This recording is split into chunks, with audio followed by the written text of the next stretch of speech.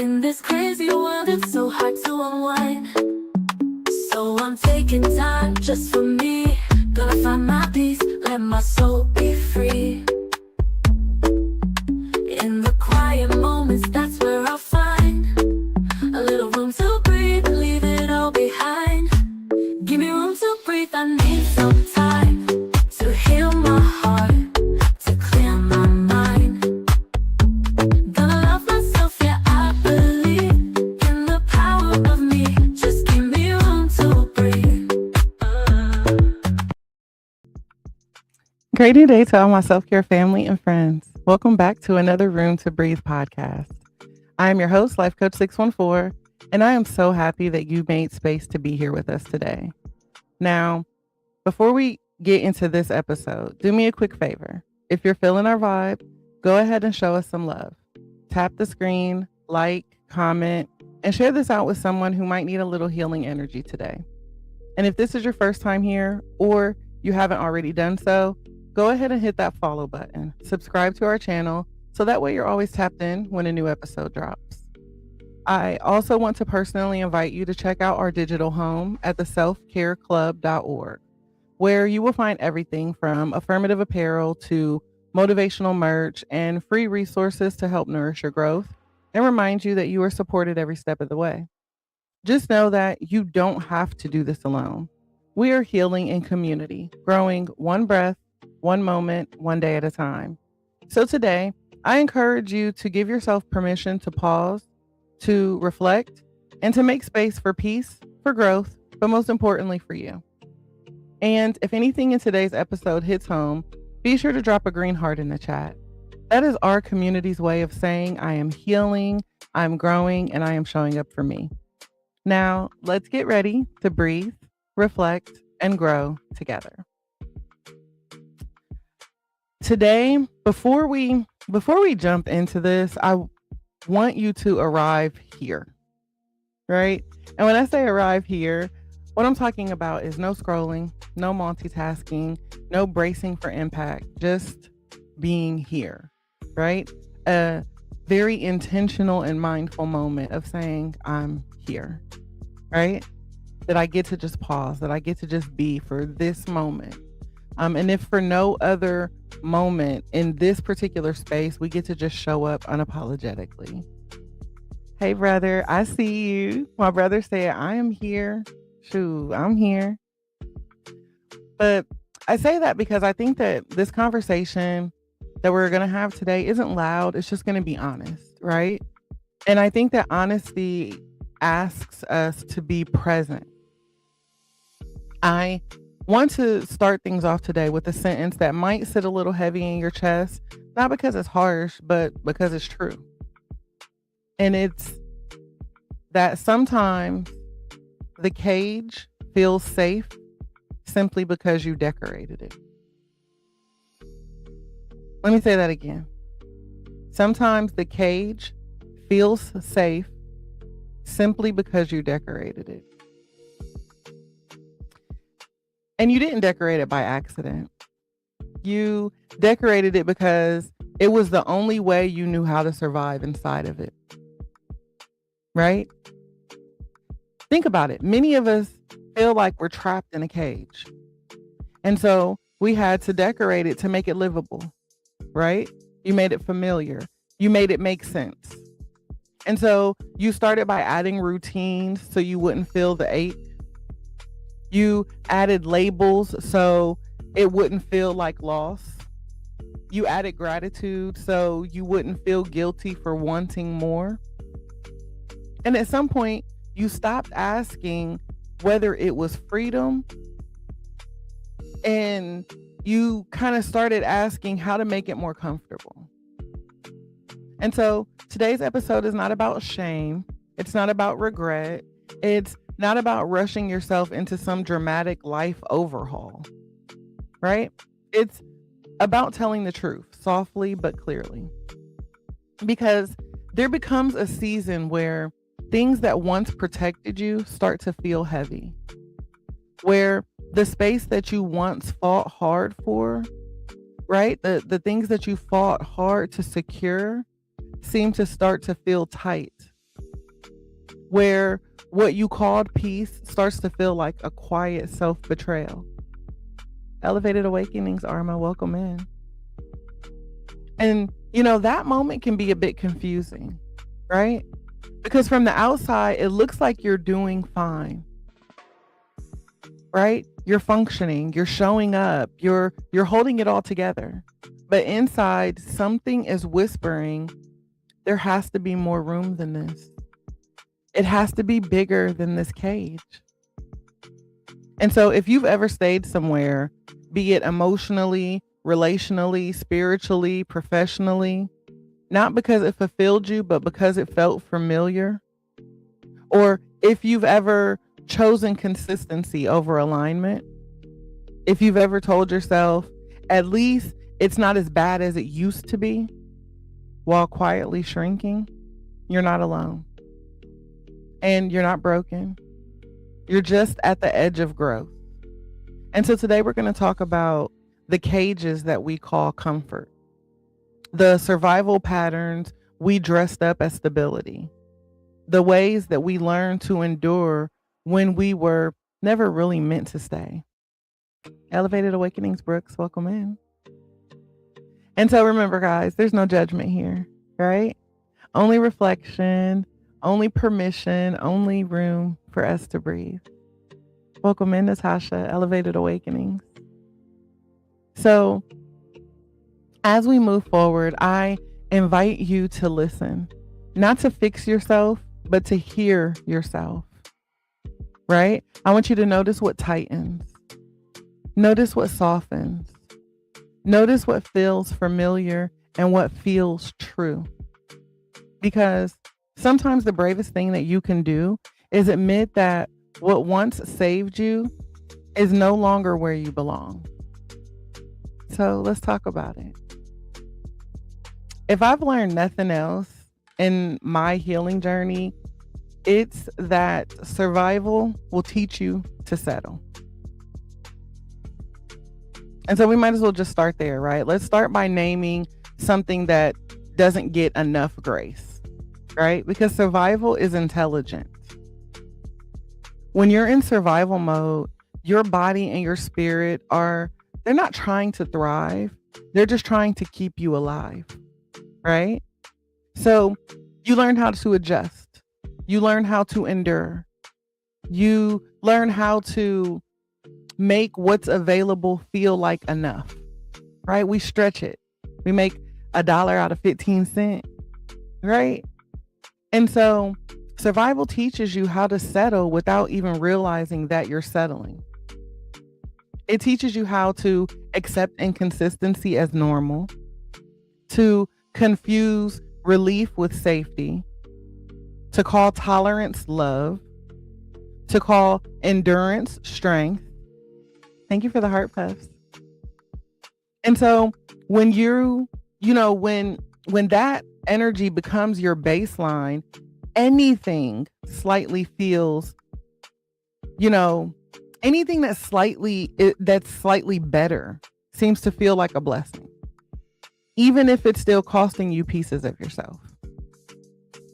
And, this is how people end up grateful for the bare minimum. Not because they didn't deserve more, but because they remember what it took just to make it through before. See, survival doesn't ask, is it aligned? Survival asks, can I make it through today? So what happens? You stop dreaming big and you start dreaming manageable. You stop asking for fulfillment and you start asking for less pain. You stop imagining freedom and you start prioritizing predictability. And let's be real, predictability can feel like peace when chaos used to be your norm.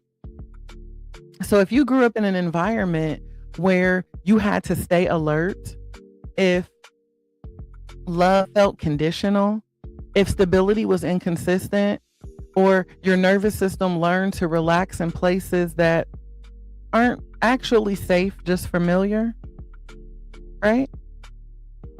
So when you later land somewhere that doesn't actively harm you, your body exhales and says, oh, this must be it. This is what I need. But survival doesn't teach you how to choose joy. It teaches you how to avoid collapse. And that's not a flaw, right? That's wisdom born out of necessity. But the problem comes when you never get a chance to update your system. I mean, think about it. We get a cell phone, and a few years later, we have to upgrade. We buy a computer. A few years down the line, we need to upgrade. Any appliance, any device, electronics, things like that, right? A car. People upgrade their homes. They get a fresh makeover, right? So at some point, we have to upgrade our system, our internal system, right? Every year, everybody's like, new year, new me. I'm going to the gym. I'm about to get my summer body back. You want to upgrade. But how often are we upgrading our internal systems? How often are we upgrading our mindset? Right? The way that we think, the way that we speak to each other, the company that we keep, the circles that we run in. See, when you keep living by the rules that were written in emergency mode, when you keep negotiating with your needs instead of honoring them, when you keep calling the cage home because it once kept you from falling apart, that's not serving you. And you didn't settle because you lacked courage. You settled because you were tired, because you were alone, because no one else showed you any other way. But now, growth is asking you a different question, not to judge your past, but to honor your present. It's saying, am I still surviving, or am I finally safe enough to want more? And when you hear that question, understand that it's not an accusation. It's simply an invitation for you to choose you, to choose more. No fear, no doubt. Welcome in, bro. Elevated awakenings to you. So listen, let's get into familiarity, right? Because I think that can masquerade as peace. And let's talk about why we confuse familiar with safe. Your body remembers before your mind understands. Like, we are constantly saying that the body keeps score, right? And so if chaos was normal, then calm can feel suspicious to you. If inconsistency was love, then consistency can feel boring. If you had to stay alert to survive, then peace can feel uncomfortable, right? It almost feels wrong. So when something doesn't trigger your alarm system, then your nervous system relaxes and it says, oh, this must be peace. But sometimes it's not peace. It's just the absence of immediate danger. And there's a difference between not being hurt and being held. Familiarity soothes the nervous system because it knows what to expect, even if what to expect is disappointment, even if what to expect is emotional distance, even if what to expect is being tolerated instead of being cherished. Your body would rather choose a known hurt or a known ache or pain rather than choosing an unknown possibility. So what happens? You stay, right? You stay in your cage, not because it feeds you, not because you feel supported there, but because it doesn't scare you. What do they say? The devil is better than the one that you don't. And see, this is how people remain in spaces that don't expand them. And I'm talking about jobs that drain them. Hey, Tisha girl, welcome in. The jobs that drain you, relationships that don't meet you where you are, roles that ask you to stay small, because the body says, at least I know how to survive here. Elevated Awakenings, Lady Blue, welcome in, sister girl. right? Your body says, I know what this is. I know how to make it through this. And, here's the part we don't shame enough. We normalize this, right? We say, I'm not unhappy. It could be worse. I'm used to it, right? This is just how life is. This is how it's always been. We convince ourselves that that's what we deserve. But peace doesn't require constant self-negotiation. Peace doesn't ask you to numb parts of yourself to maintain it. Peace doesn't come with a quiet heaviness in your chest. True peace has room. And y'all know when I say room, I'm talking about room to breathe, room to soften, room to be fully yourself without bracing for impact.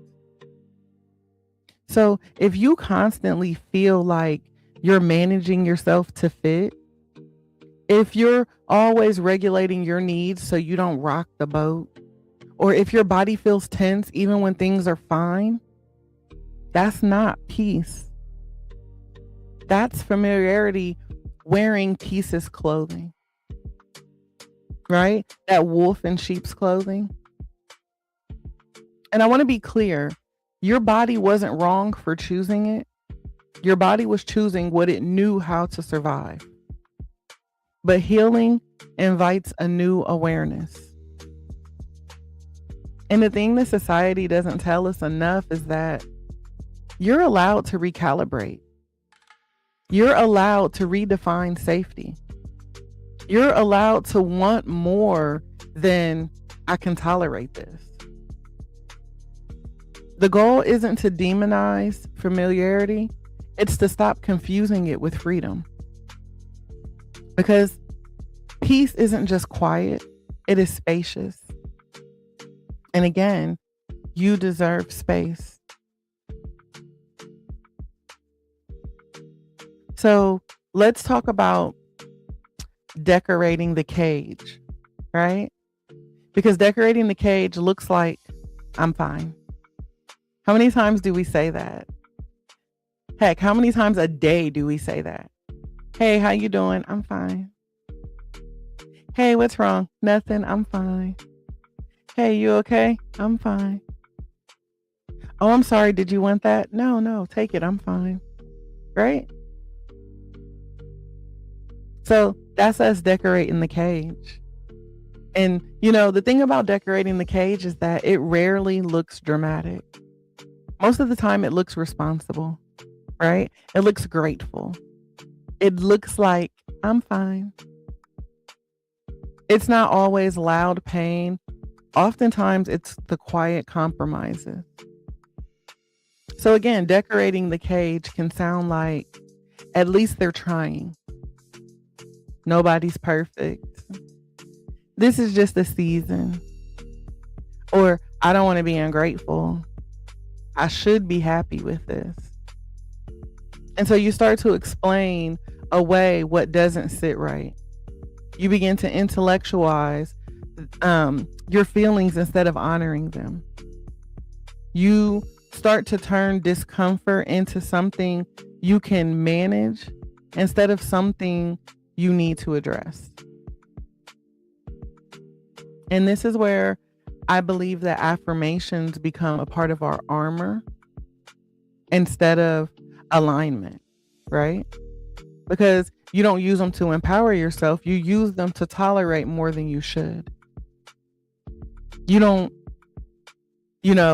use them to uplift you. You use them to say, I can handle this. I can hold on to this, right? Yes. Mariah says, sometimes the cage feels safe because you choose to decorate it. Gorgeous on the outside, rotten on the inside, and to the core. Yes. And so you have to ask yourself, is this freedom? Is this what I want? Because while we're going through all of this, you tell yourself, be patient, be understanding, be low maintenance, be grateful. But what about being honest? See, nobody ever tells you to be honest, right? And so Because we're so busy being patient and understanding and low maintenance, right? Not rocking the boat and being grateful.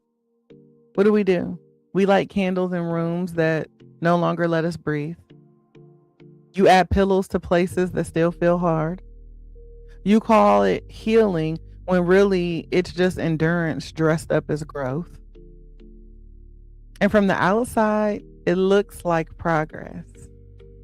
You feel a little calmer, less reactive, more composed, right? But inside, parts of you are still silent. Not because they're healed, because they've learned that they won't be heard. That's how self-abandonment becomes socially acceptable. We praise people for being easy to deal with without asking what they had to silence to become that way. You start to convince yourself that you matured when really you just minimized your needs. And listen, this is not about blaming yourself. I am not pointing the finger because I am well aware that 3 would be pointing right back at me. I am simply just raising awareness to the fact that for years we've decorated the cage because we wanted peace, right? We're tired of conflict. We are tired of, being seen as difficult. We've learned that being agreeable kept us safe. But again, healing eventually asks us the harder questions. Am I okay? Is you cool? Or am I just coping? Because coping can look like thriving to everybody else while you slowly disappear from your own life. And so if that question feels uncomfortable, it's not failure. It's just awareness waking up. Right? You're getting an upgrade. And that's the moment where your decoration stops working and the truth starts knocking. All right? That's not, what did I say? That's not ego talking. That's your higher self knocking, telling you it's time. It's time to breathe again. Time to remember who you are. Right? And we have to begin to understand that growth will make old safety feel tight. There's a moment in healing that, again, I believe that doesn't get talked about enough. And it's that moment where nothing is wrong, but nothing fits anymore. Thank you so much. Has anybody else ever experienced that? When nothing in particular is wrong, but nothing is actually really right either. It's like you're not in crisis. You're not falling apart. You're just functioning. Like, I'm just here so I don't get fired. And yet everything feels tight, right? The same routines that once grounded you now feel draining, right? The same conversations, feel repetitive, even shallow. The same environments feel smaller, louder, heavier. Not because they've changed, but because you did. You've changed. See, growth doesn't always arrive with fireworks, right? We're always looking for some big announcement, some big show, right? Sometimes it arrives as restlessness, right? As irritation that you can't explain. As a quiet grief for the life that technically works, but doesn't feel like yours anymore. And I think that this is the point where people start to doubt themselves. You tell yourself, why can't I just be content? Other people will be grateful for this. Or we convince ourselves nothing's actually wrong. But growth, again, it doesn't always announce itself as pain. Sometimes it shows up as constriction. Your body starts to react before your mind catches up. You feel heavy after certain interactions. You feel tired in spaces that used to energize you. You feel a low-grade sadness that you can't name. It's not too big, but you know it's there. And that's not you being dramatic. That's your system realizing that it has evolved. What once felt safe now feels limiting, not because it's bad, but because it was built on a previous version of you.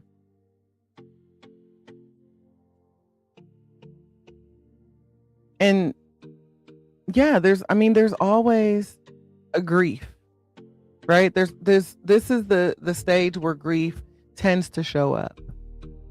And when I say grief, I'm talking about grief for the identity that made spaces make sense, right? We make it enough. We make it make sense.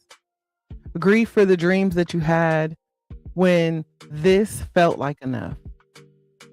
Grief for the people who fit the old version of you but don't know how to meet the new one.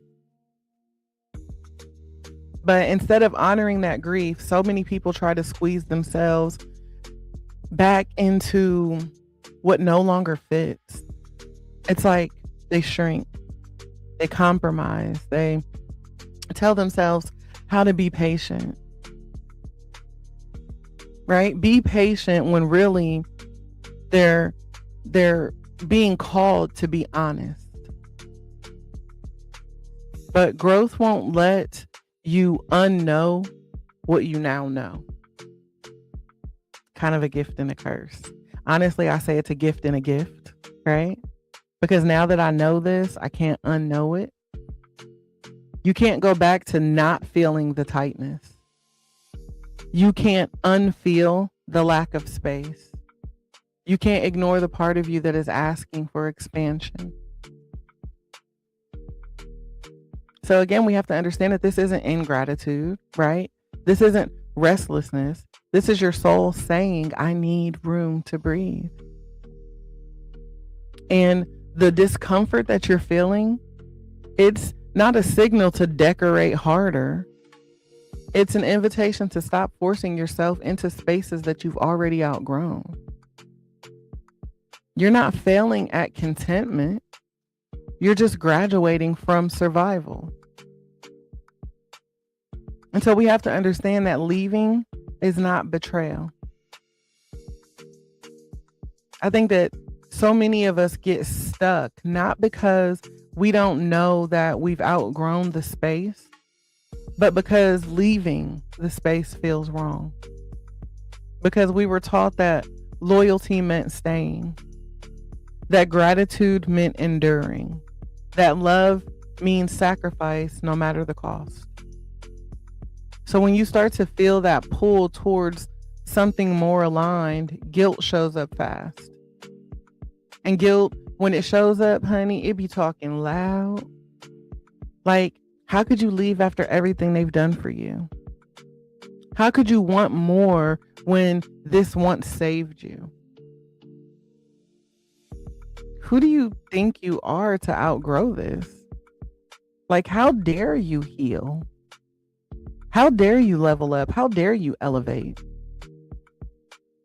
And instead of us recognizing guilt as conditioning, we tend to treat it like a moral compass. But we have to understand that guilt is not always truth. Sometimes guilt is just the echo of who benefited from us staying small. And let's be clear, leaving what no longer fits is not betrayal. That is good old discernment. You're not disloyal for choosing growth. You're not selfish for honoring your needs.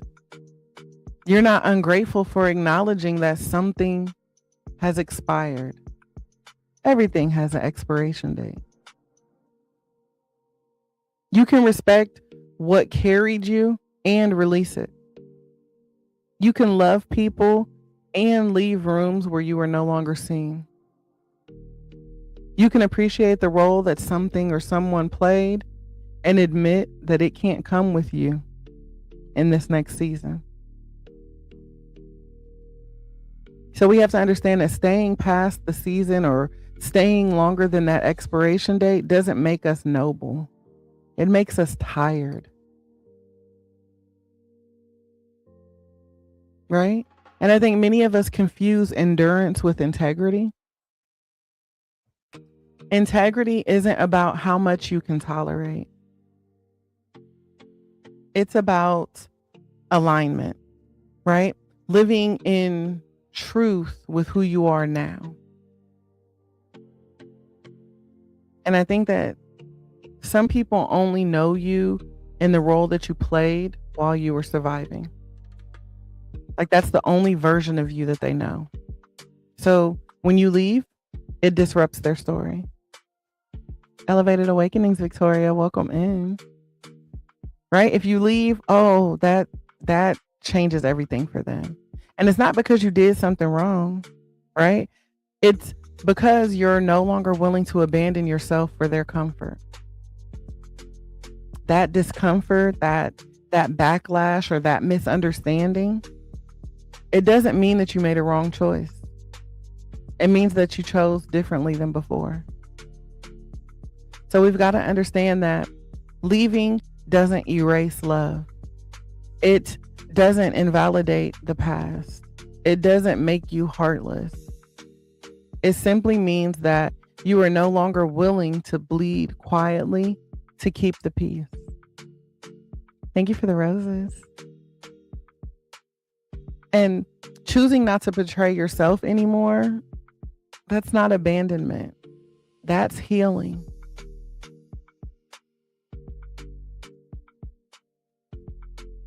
Now, let's talk about fear. Because the moment that you even consider leaving the cage, I believe that fear gets loud. Fear doesn't mean don't go. Thank you. Right? And so when we think about fear, we think of the moments where your chest tightens, where your mind starts racing, where your body goes into what if mode. And immediately you're tempted to interpret that fear as a warning. Maybe this isn't the right time. Maybe I'm being impulsive. Maybe I should wait. But fear is not always a stop sign. Sometimes fear is just the body reacting to unfamiliar territory. So if you're somebody who has spent years learning how to survive inside of tight spaces, expansion is going to feel unsafe at first. Not because it's wrong, but because it's new. Your nervous system doesn't yet have evidence that freedom is safety. It only has evidence that familiar kept you alive. So fear shows up to protect you, not to guide your growth, but to prevent uncertainty. And this is where many people confuse their intuition with conditioning. Intuition is calm. Even when it's firm, it's steady. It doesn't rush. It doesn't panic.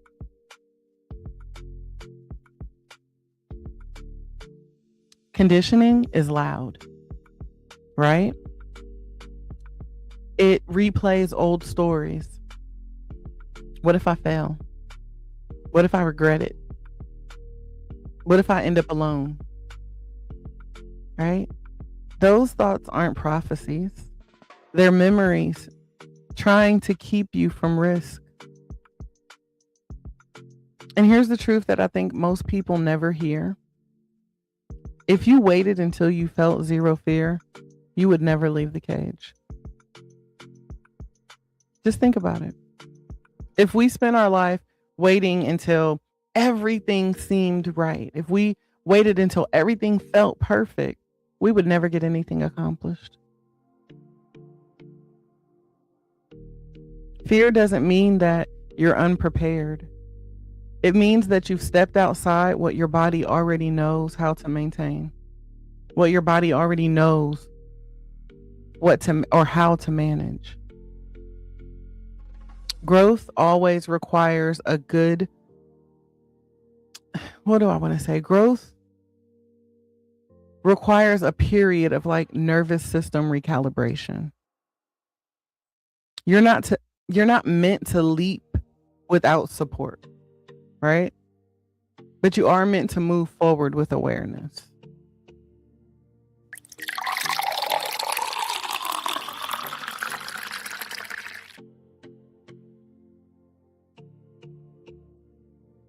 So it's kind of like when we say, feel the fear, but do it anyway.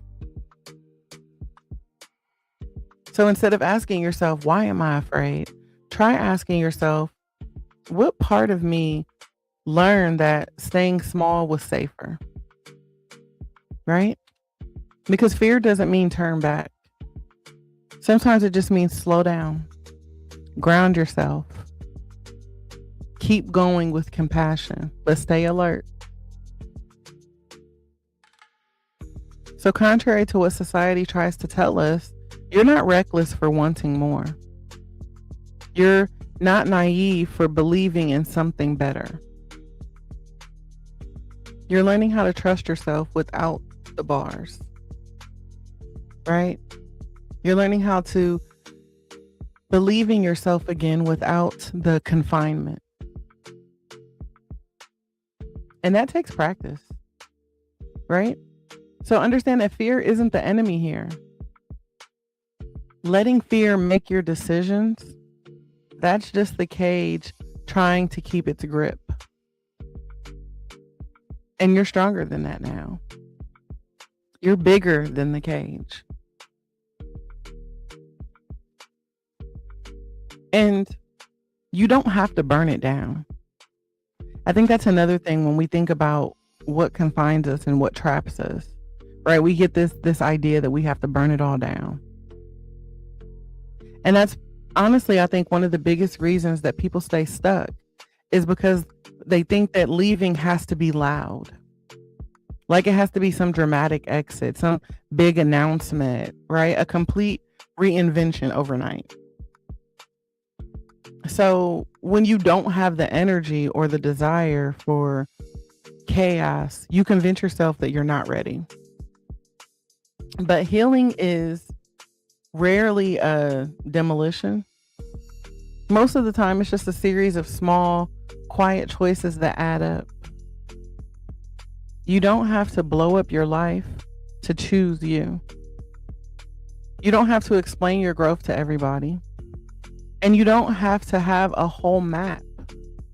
Sometimes growth just looks like pausing before you say yes, not over-explaining your boundaries, letting silence replace justification, choosing rest without earning it, admitting the truth to yourself without acting on it yet. All of that still counts. That is still growth. I believe that many of us, we've been taught that change has to be dramatic to be valid. Because, honey, if I can't see it, I can't believe it. But that's the belief that often keeps us trapped. Because not everybody is in a position to leave immediately.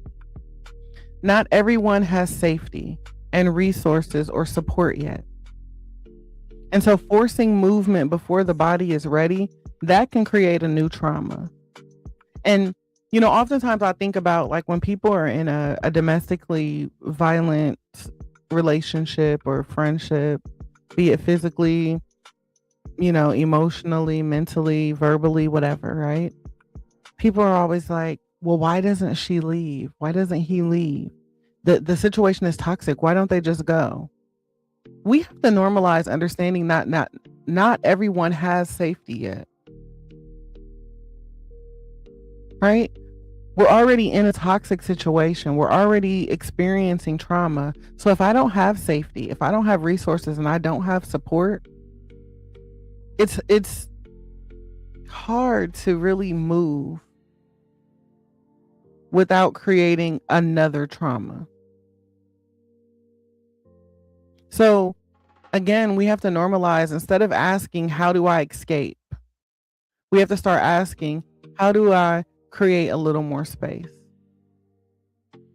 How do I create a little more room for me to spread my wings? Right? And when I'm talking about more space, I'm talking about more space to think, more space to feel, more space to hear yourself again. Sometimes your first act of freedom isn't actually leaving the cage. It's just loosening one bar, right? It's that strategic planning. It's realizing that you don't have to respond right away. It's letting yourself disappoint people who benefited from your overgiving. It's allowing your no to exist without a speech attached to it. Those moments might feel small, but they are so powerful. Because every single time you choose alignment over appeasement, you teach your nervous system a new truth. And that truth is simply that I am safe even when I don't abandon myself. You don't need to rush the process. You don't need to prove your healing to anyone. You don't need to make it look good. You just need to stop forcing yourself to stay comfortable at the expense of your wholeness. So I think that somebody listening needs to hear me when I say, you're not behind. You are just strategically building capacity. And when the time comes to fully step into something new, you'll know. Roxy, welcome in. You'll know when it's time. Because it won't feel like panic. It will feel like readiness, catching up to truth. So today I just want you to know that the door to the cage, it was never locked. Some of us are the wardens of our own prison that we have been trapped in for far too long. Sometimes the hardest truth isn't that you were trapped. It's that you didn't believe that you were allowed to leave. Not because you were weak, but because no one ever told you that your needs were reason enough. Somewhere along the way, you learned that staying made you good, that endurance made you worthy, that being chosen meant tolerating discomfort without complaint. So the cage, it didn't need a lock. The conditioning worked just fine. And so you waited for permission. You waited for validation. You waited for someone to say, you can go now. Right? Welcome in, Coach. Elevated Awakenings.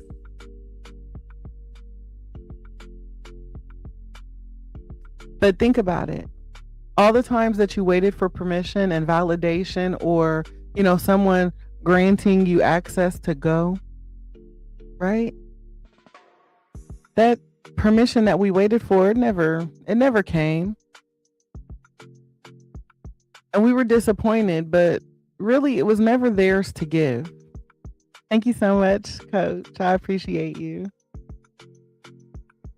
People can't give you what they don't have, right? It was never theirs to give. And, when you go through that season, that realization, it can bring up grief.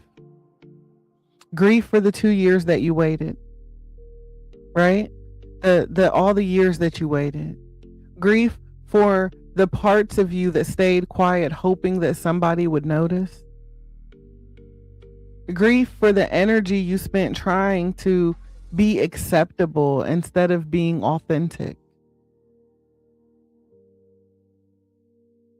I want you to be gentle with that grief and understand that it's not regret. It's just awareness arriving late because it needed safety first. But again, the moment you see the door, you can't unsee it. If you've been trapped in the dark, the moment that you see a glimpse of light, oh, I can't unsee it. Now I need to know what's on the other side of this darkness. And even though I may not walk through yet, right? I may not even touch the handle, but something has shifted, right? I know that door is there now. And so now you stop telling yourself that you're stuck. You stop blaming circumstances alone. You stop shrinking your desires to match the room. Because now you begin to understand that you were never powerless. You were just practicing and surviving. And now something deeper is waking up. Tania, welcome in. Little Mama Sweet Treats, welcome in. And when I say that something is waking up, it is one word. And that word is simply choice.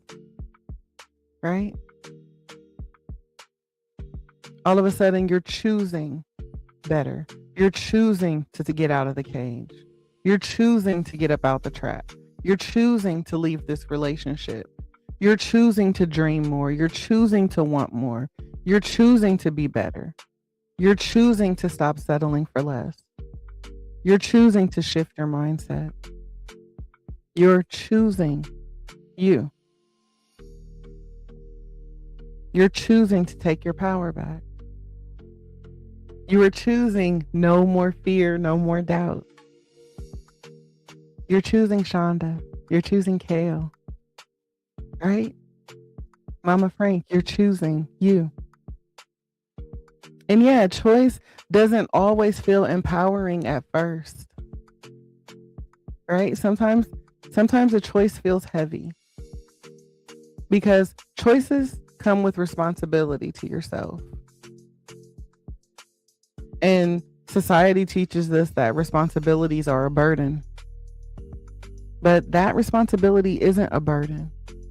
It's an invitation to live consciously instead of automatically. You don't owe anyone your stagnation. You don't need permission to want more in life. You don't have to justify your longing for space.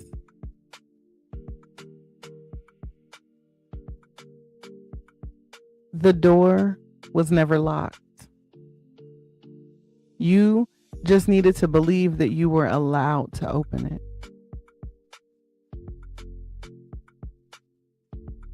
And even if all you do today is stand there, seeing the door clearly, understand that that's already a form of freedom. Because once you know, you can no longer live unconsciously. Now you're starting to live more woke.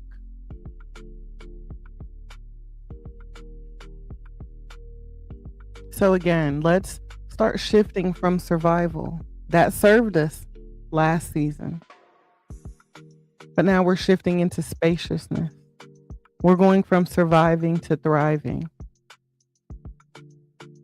And so if I circle all of this back to the beginning, to, that sentence that may have stirred something deep inside of you, I'm going to start over by saying, sometimes the cage feels safe simply because you decorated it. And if this episode resonated, I want you to hear this clearly. There is nothing wrong with you. Nothing. You didn't decorate the cage because you lacked vision. You decorated because you were resourceful. Because you were resilient. Because you found a way to survive when survival was your number one priority. That version of you deserves respect, not judgment. But also, I need you to have the awareness to know that survival was never really meant to be your forever home. It was simply here for a season. It had a reason, but now that season is over. And so throughout this conversation, we have talked about how familiarity can masquerade as peace. how endurance gets mistaken as strength, how growth makes old safety feel tight,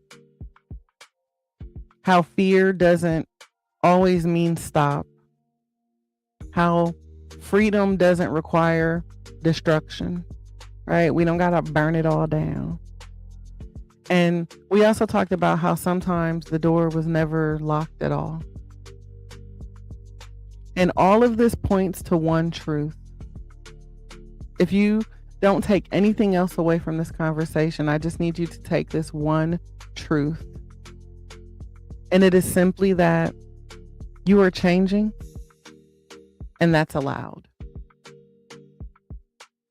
So if things in this season feel uncomfortable for you right now, if you find yourself questioning what once made sense, if feeling restless in places that, I don't know, used to feel stable, that doesn't mean that you're ungrateful. It doesn't mean that you're broken. There's nothing wrong with you. It just means that you are listening now, right? You're listening to the download that you're receiving. You're listening to you. And, listening is an act of self-respect. Natalie, welcome in. You don't have to have the next step figured out. You don't have to leave today. You don't have to explain your growth to anyone who hasn't earned access to it. All you're being asked to do right now is to tell yourself the truth gently. So here's your invitation, your call to action for today.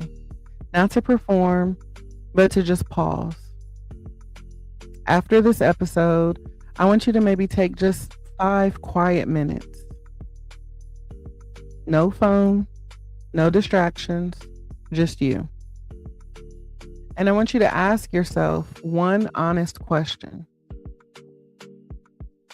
Where in my life am I staying out of familiarity instead of alignment? Where in my life am I staying out of what's familiar to me versus what's aligned?